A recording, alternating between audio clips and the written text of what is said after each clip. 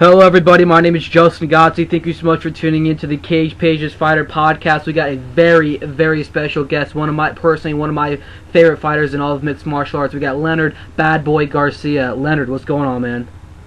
How's it going, Justin? Man, I'm doing great. Just hanging out with my cousin Dwayne Ludwig and just riding.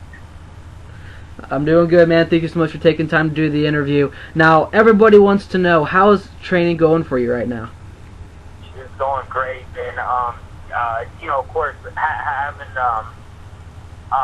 wrestlers every day, and being able to work on that, which was my Achilles heel.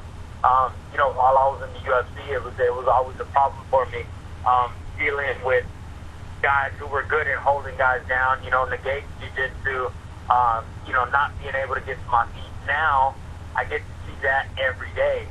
I mean, on top of that, my stand-up is getting a lot crisper because of Dwayne.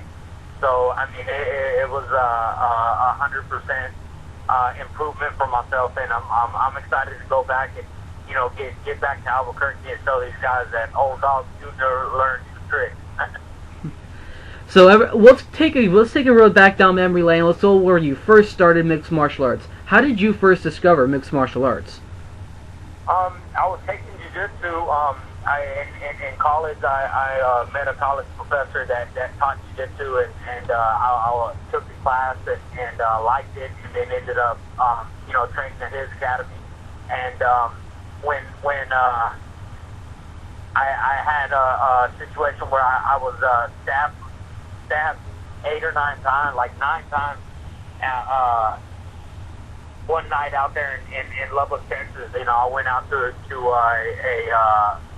a dance and ended up meeting a girl there. We went out afterwards to grab something to eat, and when I went to the place to go eat, some guy who was all hopped up on, I think they said it was like some type of hallucinogen, like PCP or LSD or something. I mean, you could tell that the guy was off, like something was wrong with him.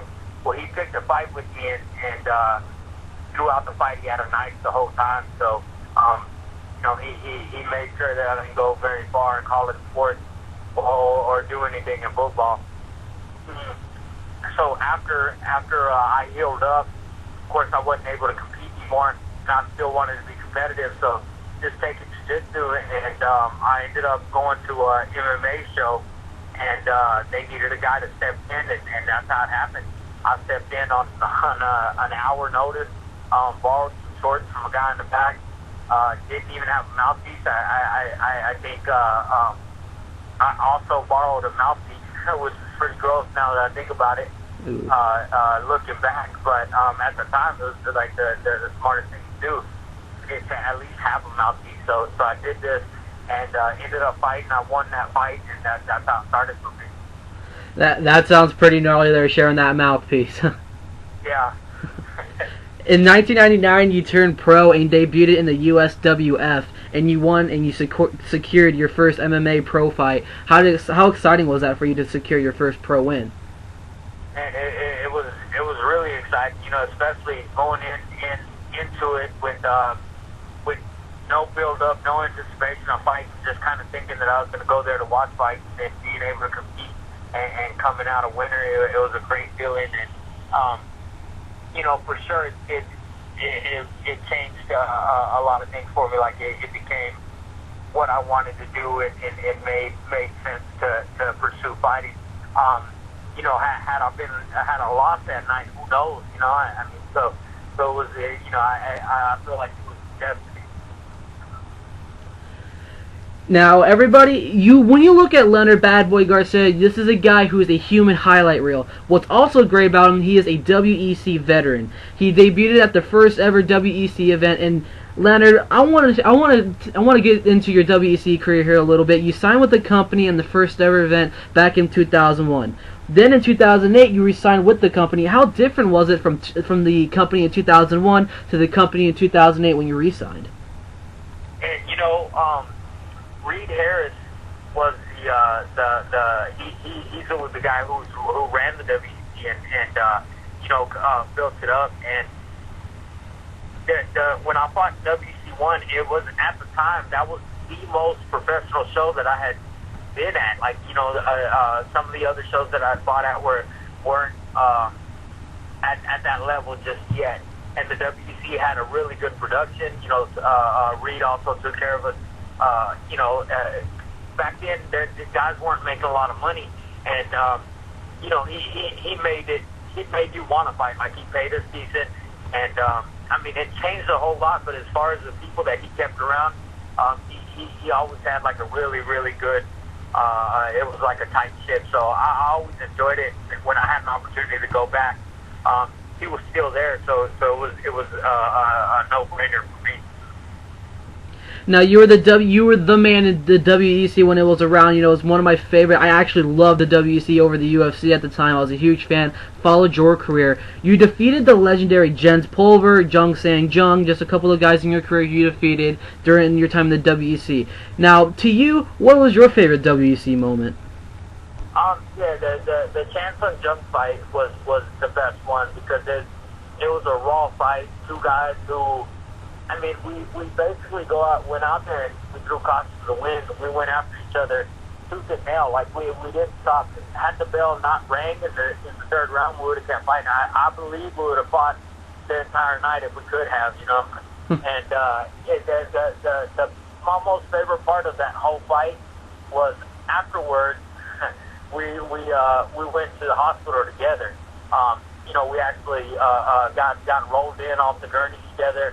Kind of went in and we're like talking through his translator, and the nurses and the people who were taking us in thought we were in a car accident, and we had just fought each other. His arm was bandaged up, my hand was broken, our faces were beat up, we had cuts.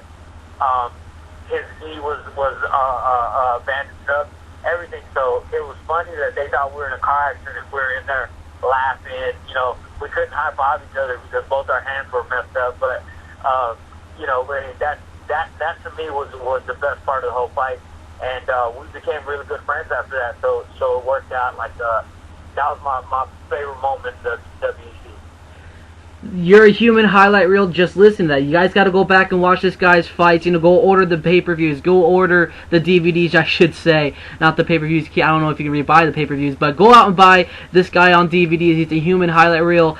And you know what? When the WEC merged with the UFC, you rejoined the UFC. You were originally in the UFC after your time with Ring of Fire. I think the promotion was called. You went to the UFC at UFC 69 in 2007. You spent a couple of you had a couple of fights in the UFC in 2007 before going to the WEC, and then you returned back to the UFC once the WEC merged with the UFC. How excited were you to be back back in the company? The same feeling of being at the very top. It was always weird explaining to people that the WEC was the lighter weight classes of the UFC. It was like always an awkward type of explanation. We'd like tell people, yeah, we're the lighter weight classes of the UFC, but we're with a company called the WEC, and everybody knew what the WEC was, but they thought they were two separate companies. So when the merger happened, it just made the explanations a lot easier, and it did feel good to be back in UFC. Growing up or anything, like everybody, there's people out there that say I train UFC or I fight UFC. Actually being in the UFC was a great feeling, and you feel accomplished when you're there. So it was a great honor to be back. Now, when you look at your UFC career, and it's a very entertaining career. You had multiple fights with Nam Phan, once at the Ultimate Fighter GSP versus Team Koscheck in 2010, and then at UFC 136 in October of 2011. Now, it's 1-1 between you two. Would you guys want to have a rubber match? And then you also had an excellent fight against the Korean Zombie. Would you ever want a possible rematch against those two guys somewhere down the line? Yeah, definitely.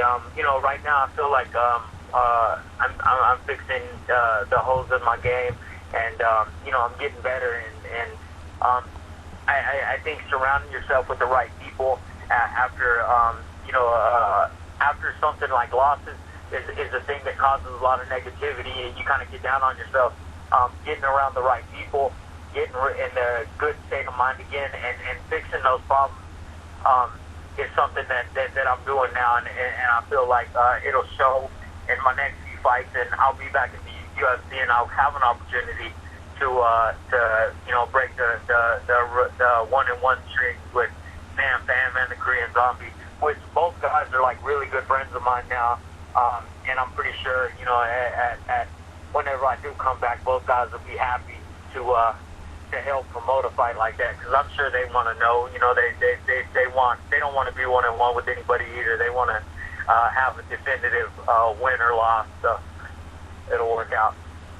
Now, you train at Greg Jackson's gym in Albuquerque, New Mexico. Doing some research on you, you didn't have a huge background in wrestling. You said you didn't wrestle in high school. Since joining Greg Jackson's gym, you said you improved a whole lot. Today, how has your wrestling improved? I feel like it's improved a lot. Like I don't feel like I'm a wrestler, and being out. Right now, I'm training at Team Alpha Male. I'm splitting time between Jackson's and Team Alpha Male. The good thing about that is I've always had a good relationship with everybody. Like, I'm not one of those guys who burns bridges or makes enemies. Most of the guys that I've fought are actually really good friends of mine. And the cool thing was, like, with Uriah and Chad, Joseph Benavidez, all these guys, I always had a good relationship with them. Like, I always had, I always had the invite to come out. And then with Dwayne being out here, it was definitely a door that opened up.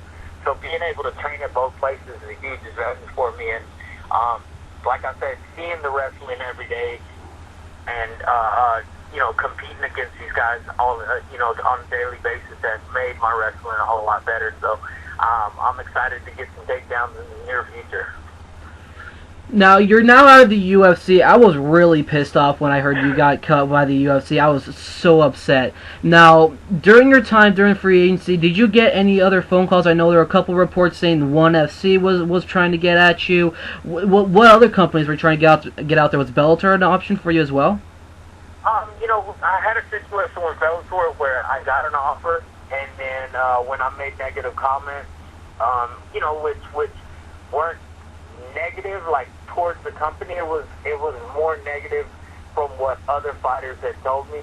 Of course, I had turned the offer down, but Bellator was one of them. ONE FC was one of them. A good friend, Ali, he's the matchmaker for the World Series of Fighting. We talked a little bit. There's pretty much MSC, XFC, all these different companies were very interested.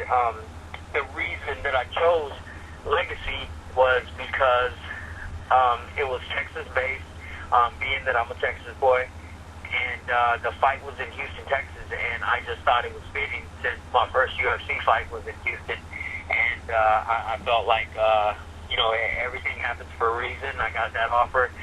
They made me happy with the amount of money that they offered, and I just went with them, and I felt like it was the best move for me and my family, and they're willing to let me talk about wanting to go back to the UFC, so it was definitely a good fit.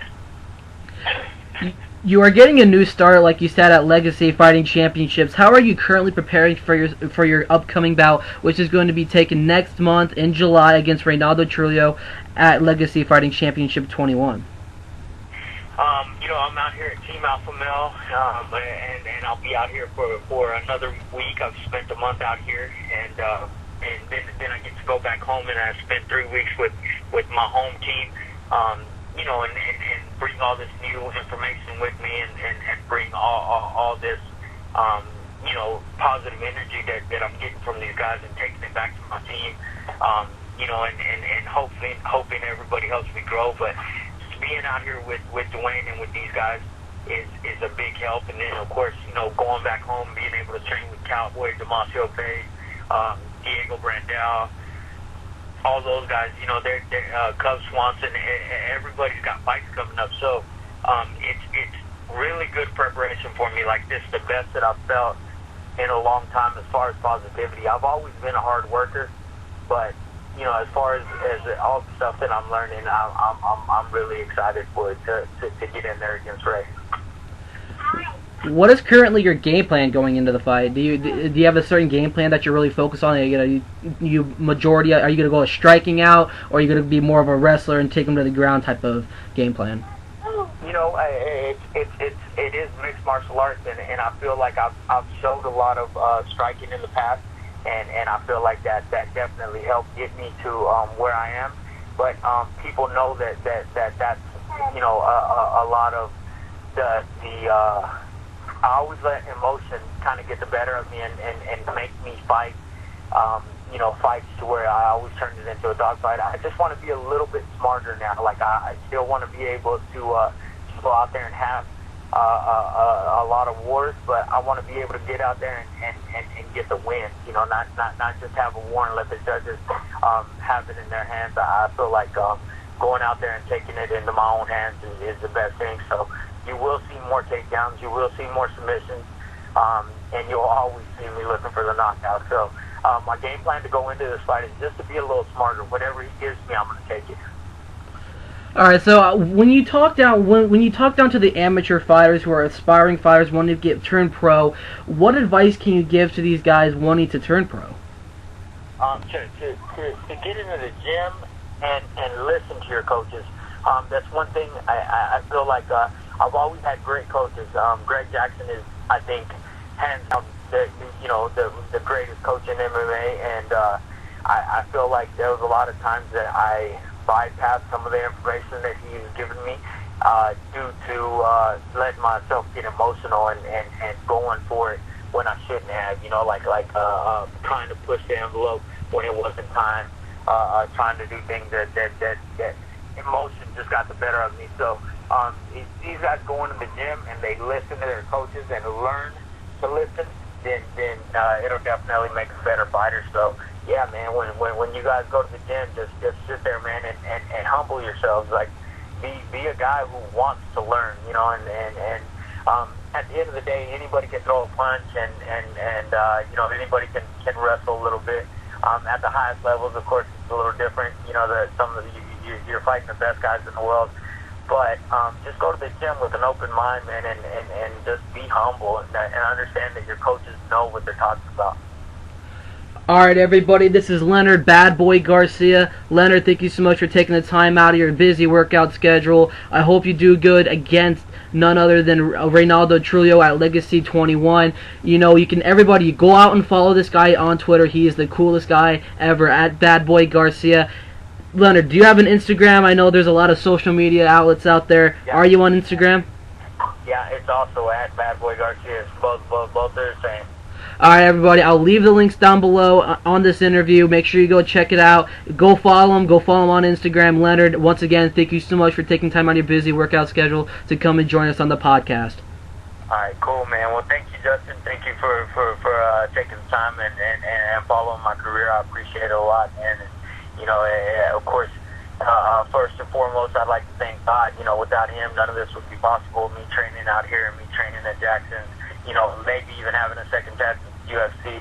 It's all, you got to give the glory to God. So, I'll take a little time to do that. And, Tap Out's been with me from the start. And, Greg Jackson's Team Alpha Male for allowing me to split up two of the greatest camps and allowing me to train at both. I mean, that's a great honor, and I mean, I'm truly lucky and blessed for that. And, my family for allowing me to come out here for a month at a time, and making it easy, FaceTime in and doing all the things that we need to do to stay in contact and not lose touch with each other, and that pretty much covers it. It's always an honor to follow you, Leonard Garcia. You are the man. I wish you the best once again. I wish you the best. You are the man. Hope you come out on the victory way in your next fight. You are the man, bro. Thank you, buddy.